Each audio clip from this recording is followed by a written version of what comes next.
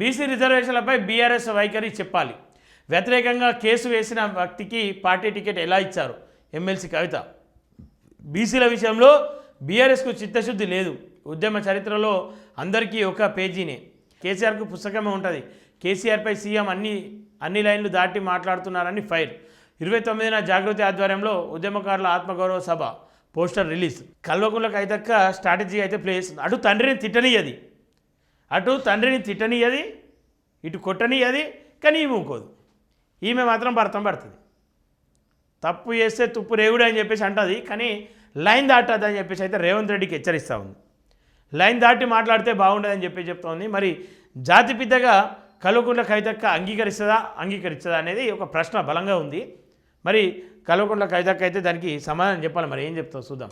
BC రిజర్వేషన్ల బిల్లుపై BRS వైఖరి ఏంటో చెప్పాలని తెలంగాణ జాగృతి అధ్యక్షురాలు ఎమ్మెల్సీ కవిత డిమాండ్ చేశారు. బీసీలకు విద్యా ఉపాధి రాజకీయాల్లో 42% రిజర్వేషన్ల కోసం జాగృతి సహా బీసీ సంఘాలన్నీ పోరాటం చేస్తున్నాయని, ప్రభుత్వంపై ఒత్తిడి తెచ్చి రిజర్వేషన్ బిల్లు వచ్చేలా చేశామని గుర్తు చేశారు. కానీ ఆ రిజర్వేషన్లను అడ్డుకునేందుకు మాధవరెడ్డి అనే వ్యక్తి మరొకరితో కలిసి ఆ బిల్లును వ్యతిరేకిస్తూ హైకోర్టులో పిటిషన్ వేశారని, అలాంటి వ్యక్తికి మున్సిపల్ ఎన్నికల్లో బీఆర్ఎస్ టికెట్ ఎలా ఇచ్చిందని ప్రశ్నించారు. మేము కూడా అదే అడుగుతా ఉన్నాం.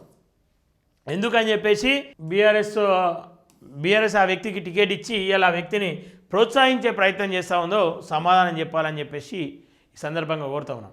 ఈ నెల 12న నిర్వహించిన ఉద్యమకారుల ఆత్మగౌరవ సభ పోస్టర్ను ఆమె శుక్రవారం హైదరాబాద్లోని జాగృతి ఆఫీసులో ఆవిష్కరించారు. అనంతరం మీడియాతో మాట్లాడుతూ మాధవరెడ్డికి బీఆర్ఎస్ టికెట్ ఇచ్చిందంటే హైకోర్టులో కేసును బీఆర్ఎస్ పార్టీని వేయించినట్లు ఉందన్నారు. మాధవరెడ్డి అనే వ్యక్తి హరీష్ రావుకు దగ్గరని, హరీష్ రావు పర్సనల్ లాయరే ఈ కేసును వేయించారని ఆరోపించారు. తెలంగాణలో 56% ఉన్న బీసీల నోటికాడి బొక్క గుంజుకునే ప్రయత్నం చేసిన వ్యక్తికి టికెట్ ఎలా ఇస్తారని నిలదీశారు. బీసీల విషయంలో బీఆర్ఎస్కు చిత్తశుద్ధి లేదన్నారు. బీసీ ప్రజాప్రతినిధులు ఫోరం పేరుతో మీటింగులు పెట్టినా బీఆర్ఎస్ పార్టీ పరంగా ఒక మీటింగ్ కూడా నిర్వహించలేదన్నారు.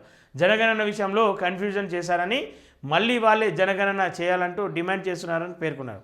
అన్ని చోట్ల మావోళ్ళు ఉన్నారు. జాగృతి 20 ఏళ్ల సంస్థ అని ఎంతోమందిని లీడర్లుగా చేసిందని కవిత చెప్పారు.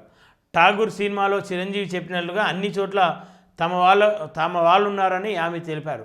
బీఆర్ఎస్ నుంచి గెలిచిన ఎమ్మెల్యే అరకపూడి గాంధీని నిజామాబాద్కు ఎన్నికల ఇన్ఛార్జిగా కాంగ్రెస్ పార్టీ పంపించిందన్నారు. పార్టీ పరంగా లెటర్ ఇచ్చి మరీ ఆయనను కాంగ్రెస్ ఇన్ఛార్జిగా చేసిందన్నారు. బీఆర్ఎస్ నుంచి గెలిచిన ఆయనకు ప్రతిపక్షాలకు ఇచ్చే పిఎస్సి చైర్మన్ పదవి కూడా ఇచ్చారన్నారు. ప్రకాష్ గౌడ్, తెల్లం వెంకట్రావు బీఆర్ఎస్ ఎమ్మెల్యేలుగా స్పీకర్ ప్రకటించారని, వారిని ఇన్ఛార్జీలుగా కాంగ్రెస్ పార్టీ నియమించిందని విమర్శించారు. ప్రజల తీర్పును కాంగ్రెస్ అవమానిస్తుందన్నారు. బీసీలకు ఏటా 20,000 కోట్ల బడ్జెట్ పెడతామని కాంగ్రెస్ చెప్పిందని, గత ఏడాది బడ్జెట్ కలిపి 7,000 కోట్లు కూడా పెట్టలేదని కవిత విమర్శించారు. ప్రజలకు మంచి చేయాలన్న ఉద్దేశంతోనే తాము సింహం గుర్తుపై పోటీ చేస్తున్నామన్నారు. తమలాగే ప్రశ్నించే తత్వం ఉన్న సిపిఎం, న్యూ డెమోక్రసీ సహా స్వతంత్ర అభ్యర్థులను గెలిపించాలని కోరారని చెప్పి చూస్తున్నాం. కేసీఆర్కు ఒక పుస్తకమే ఉంటుంది. తెలంగాణ ఉద్యమంలో అందరికీ ఒక పేజీ ఉంటే కేసీఆర్కు ఒక పుస్తకమే ఉంటుందని కవిత అన్నారు. చరిత్రను ఎవరు చెరిపేయాలన్నారు. రేవంత్ చరిత్ర మంచిది చెడ్డది అనేది ఆయనే అర్థం చేసుకోవాలన్నారు.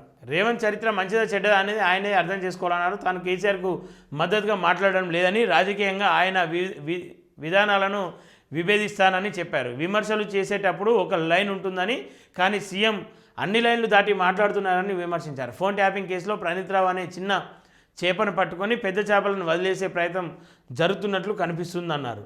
డిఎస్పీగా ఉన్న ఆయన్ను డిమోషన్ చేసి ఇచ్చారంటే ఏదైనా ఆధారం దొరికి ఉండొచ్చు అన్నారు. మరి ఏ ఆధారం లేదు, దొరికిందైతే అంత ఈజీగా డిమోషన్ చేసే అవకాశం లేదు. మరి దొరికిన ఆధారాలను ఎందుకు బయట పెడతలేరు అనేది సమాధానం ఇచ్చుకోవాలి.